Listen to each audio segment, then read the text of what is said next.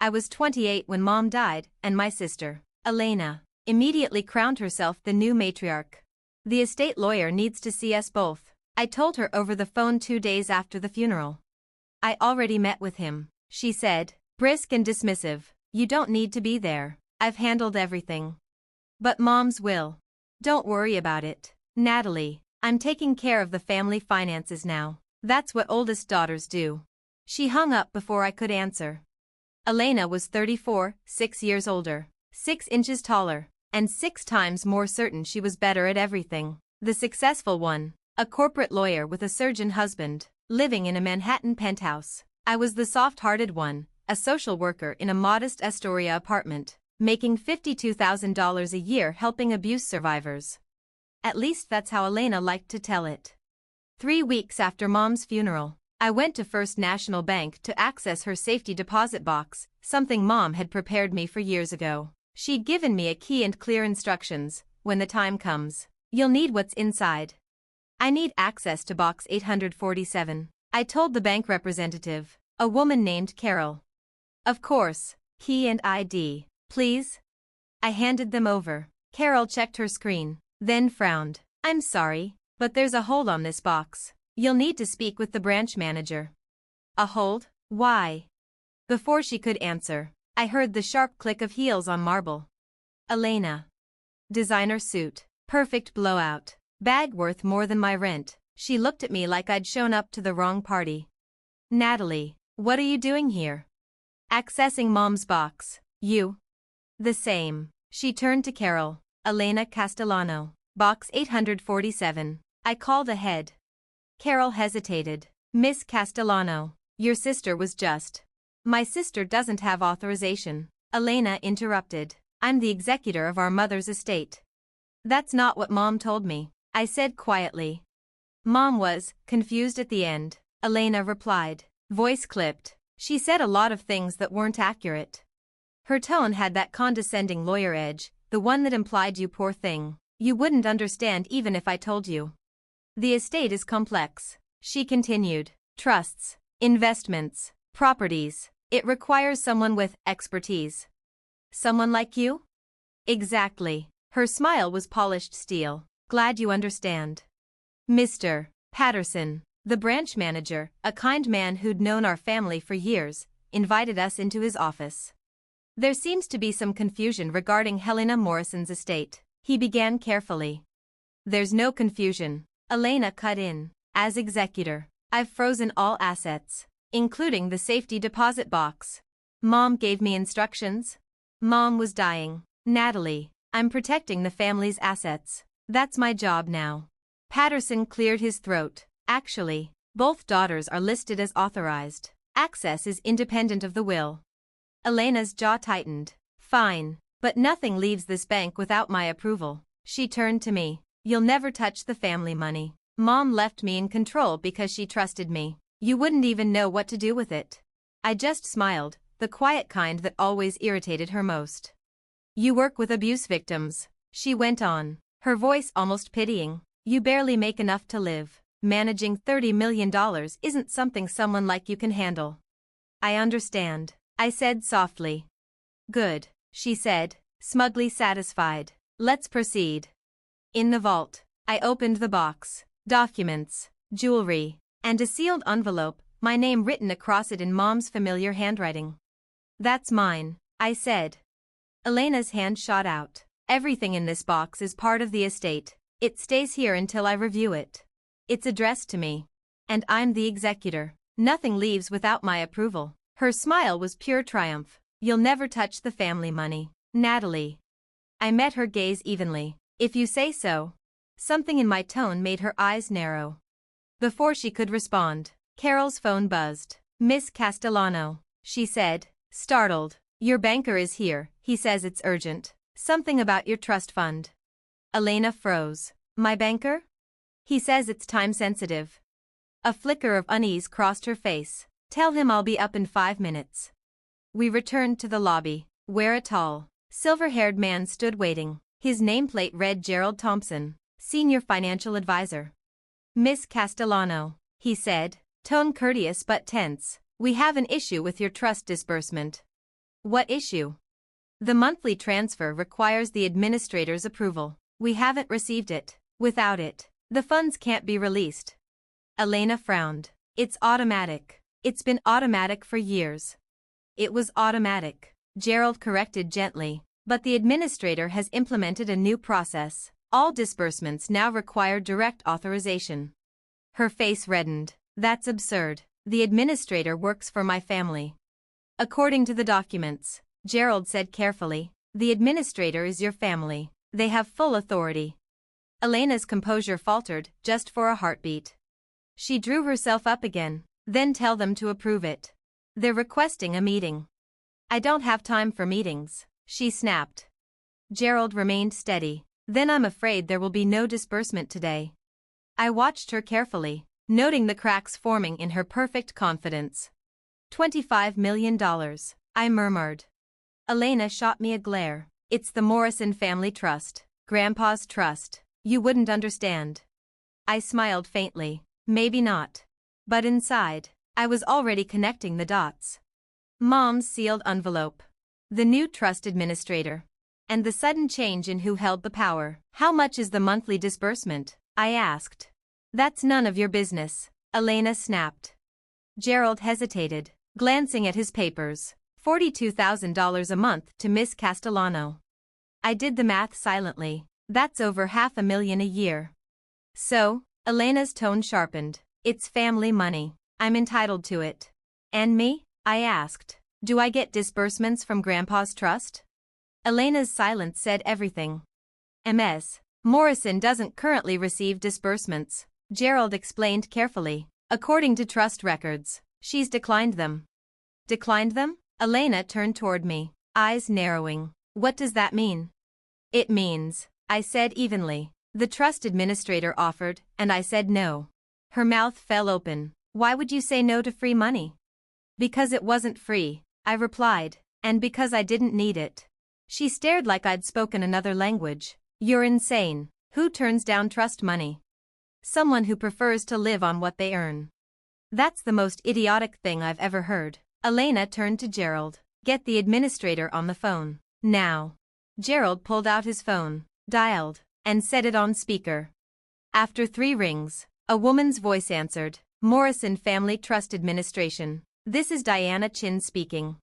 Miss Chin, this is Gerald Whitmore from First National. I'm here with Miss Castellano regarding her disbursement. Ah, yes, Diana said smoothly. We've been trying to reach her. Elena leaned toward the phone. Why haven't you approved my disbursement? It's automatic, it's always automatic. Miss Castellano, Diana said politely, the administrator has implemented a new review process. All disbursements now require explicit approval, based on demonstrated need and responsible use. Need? Elena barked. It's my family money.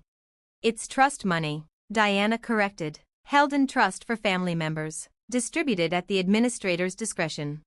The administrator works for us. Actually, the administrator works for the trust, per your grandfather's wishes. Elena's voice rose. This is absurd. Who is this administrator? I want to speak with them. You're speaking with their office, Diana replied. If you'd like to discuss your disbursements, we can schedule a meeting. A meeting? To beg for my own money? To discuss responsible use of trust funds, Diana said calmly. The administrator is concerned about sustainability. Sustainability? The trust is worth $25 million. Which is precisely why responsible management is crucial, Diana said. Elena's credit card slipped from her trembling hand, scattering across the marble floor. I need that money. I have expenses. Then we should meet, Diana said gently, to determine appropriate disbursement levels going forward. Elena's voice broke. This is, she turned on me suddenly. Did you do this? Do what? This sudden review process. You convinced the administrator to block my money.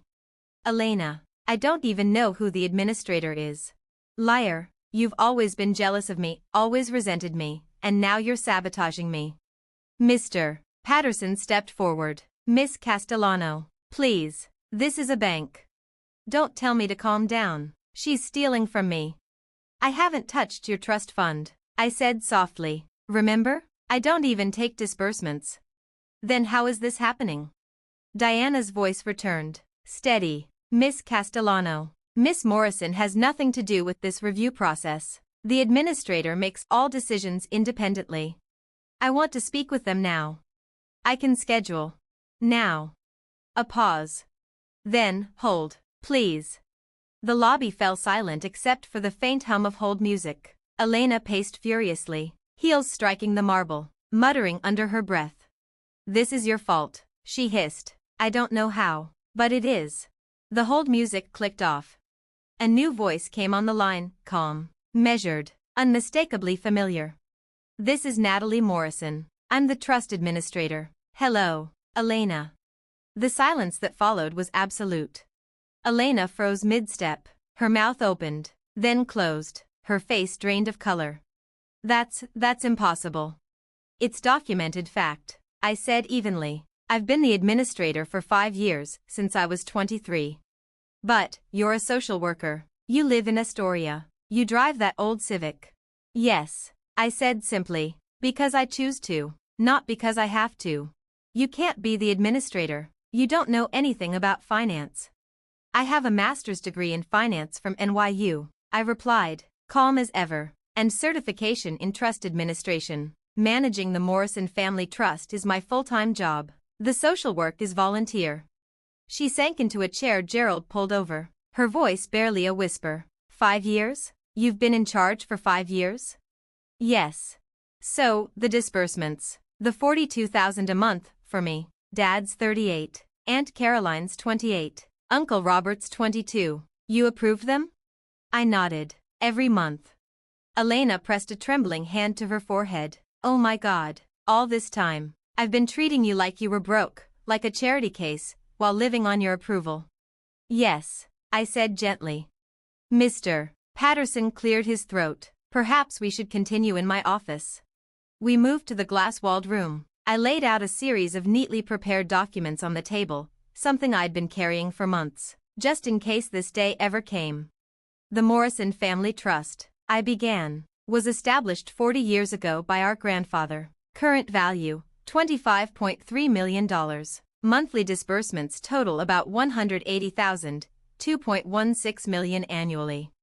Elena stared at me blankly. If you've been in charge all this time, why did you let me believe you were struggling? Because Mom asked me to, I said softly. Mom? She's the one who recommended Grandpa appoint me. She wanted to see how the family treated me, when you thought I had nothing. Elena's voice dropped to a whisper. That's cruel. Or revealing. I slid the records toward her. In 5 years, you've received $2.52 million in disbursements, every cent approved by me. Elena blinked at the pages, her confidence crumbling. While you were a social worker. While I volunteered, I corrected, 2 days a week. The rest of my time goes here. You make what? How much? $180,000 base salary, plus 3% of trust assets as performance fees, I said. Last year, that was about $750,000. Elena's head snapped up. You make more than I do, and live like you're broke? I live simply, I said, because peace costs less than pretense. Her lips trembled. You make $750,000 a year, and you still drive a 12-year-old Civic? It runs perfectly, I said. Why replace what works? She leaned back, stunned into silence. For the first time in our lives, Elena had nothing left to say. There's a difference, but why? What's the point of having money if you don't spend it? I studied my sister, her designer suit, her glittering jewelry, her flawless, practiced appearance. You spend $42,000 a month from the trust, I said quietly, on top of your lawyer's salary. Where does it all go? Elena's eyes darted away. Expenses, the penthouse, the car, maintaining appearances in my circle. Your mortgage is $8,000, your lease is $1,800. That still leaves over $30,000 a month for appearances. I slid another folder across the table. You have $340,000 in credit card debt. Her face drained of color. How do you know that? Because it's my job to know, to monitor the family's financial health. You're drowning in debt while earning $500,000 a year. It's expensive living in Manhattan, she muttered. You wouldn't understand. I understand perfectly, I said. You're buying an illusion of success instead of building real stability. And now you can't survive without those trust payments. She said nothing. The new review system I implemented isn't punishment, I continued. It's protection. The trust can't sustain these withdrawals forever. At the current rate, it'll be gone in 12 years. 12 years? She repeated, stunned. Yes, Grandpa wanted it to last generations. At this pace, it won't last one. Her voice trembled. So what are you saying? I'm saying your disbursements will be reduced, starting now. She shot to her feet. You can't do that. I need that money. My lifestyle? Your choices. I cut in. You chose the penthouse. You chose the car. You chose appearances over stability. This is revenge, she hissed. For what happened at the bank? For blocking your access. No, I said evenly. This is accountability. The job I've done for 5 years while you treated me like I didn't matter. Elena sank back into her chair. What do you want from me? I want you to learn what I had to learn, that real wealth isn't how you look, it's how you live, and if you don't agree, the trust stops supporting you altogether. Her hands shook. How much are you cutting me to? $15,000 a month, still $180,000 a year, on top of your income, more than generous. That's a 60% cut. It's still 3 times what most families live on annually. I can't maintain my life on that. Then change your life, I said simply. Sell the penthouse, end the lease, stop performing success and start living it. Elena stared at me, desperate. You think you can force me? I don't need to. You can refuse, and live on your lawyer's salary while paying off your debt. That's impossible. No, I said quietly. It's just difficult. There's a difference. I handed her one final document. Or you can accept the new plan, reduced payments, financial counseling, and a strategy to rebuild stability. She scoffed. Counseling? I'm a corporate lawyer. A corporate lawyer with $340,000 in debt, I said evenly. Yes, you need counseling. She swallowed. And Dad? Aunt Caroline? Uncle Robert? They're all getting the same treatment. Lower disbursements, financial review, counseling. They're going to hate you. Probably, I said, but at least they'll be solvent. Her voice softened. You let us believe you were poor all this time, while managing everything behind the scenes. How is that any better? I never lied, I said. I just didn't correct your assumptions. You all mistook modesty for failure. I didn't need to prove myself to you. She stared at me. And now you're proving it anyway. No, I said quietly. I'm protecting what Grandpa built, and what Mom hoped we'd understand. That money isn't success. Security isn't status. Family isn't control. It's care. Elena was silent for a long time. Then, in a small voice, I've been awful to you. Yes, I said simply. You have. And you still approved my payments? Because you're my sister, and because I hoped someday you'd see what really matters. Tears welled in her eyes. I don't know how to start. That's why I'm offering help, not punishment. The counseling, she whispered. The new plan. Yes. She looked at me, really looked at me. You're stronger than I ever realized. I've always been this strong, I said. You just couldn't see it through your own performance. A shaky laugh escaped her. And now you're going to teach me? If you'll let me. She hesitated, then picked up the papers. What if I fail? Then we try again, I said. That's what real family does. She nodded slowly. Okay, I'll try. 6 months later, Elena sat in my small Astoria apartment over a plate of pasta. The counselor says I'm doing well, she said. 3 months on budget. I've paid off $45,000 in debt. That's incredible, I said, smiling. I sold the penthouse. Found a place in Brooklyn, cheaper, but it feels more like home. It's strange. I finally feel free. That's the point, I said. A year later, the Morrison Family Trust had grown to $26.8 million, the first increase in over a decade. Elena was debt-free and ran a viral blog about financial authenticity. Dad taught workshops on sustainable living. Aunt Caroline and Uncle Robert became advocates for financial literacy. And me? I still lived in Astoria. Still drove my old Civic. Still volunteered 2 days a week and managed the trust the rest. Elena once asked. You could live anywhere. Why this? Because this is enough, I said. Peace, purpose, freedom from performance. She smiled softly. Grandpa would be proud. I looked out at the city lights. Mom would too. And for the first time in years, our family was truly wealthy, not because of the money, but because we finally understood it. That was the real inheritance. Not dollars. Not status. But wisdom. That real wealth is freedom. Real success is security. And real family shows up with truth, not performance.